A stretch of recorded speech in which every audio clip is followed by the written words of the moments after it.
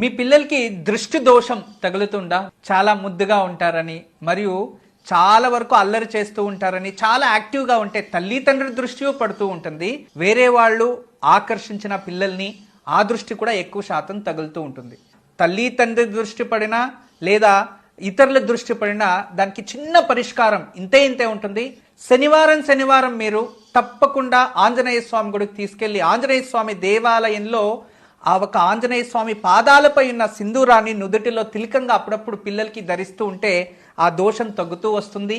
మరియు చిన్న మట్టి కుండలో కాస్త ఆవు గోపాలు అంటే స్వచ్ఛమైన ఆవు పాలు ఆ ఒక కుండలోకి పోసి పిల్లలకి అప్పుడప్పుడు దృష్టి తీసి దాని శునకము అంటే డాగ్స్కి, కుక్కలకి ఆ ఒక పాలని సమర్పించేస్తూ ఉంటే అంటే అవి సేవించాలి. అలా అప్పుడప్పుడు చేస్తూ ఉంటే పిల్లల పైన ఎటువంటి దృష్టి దోషాలు ఉండవు.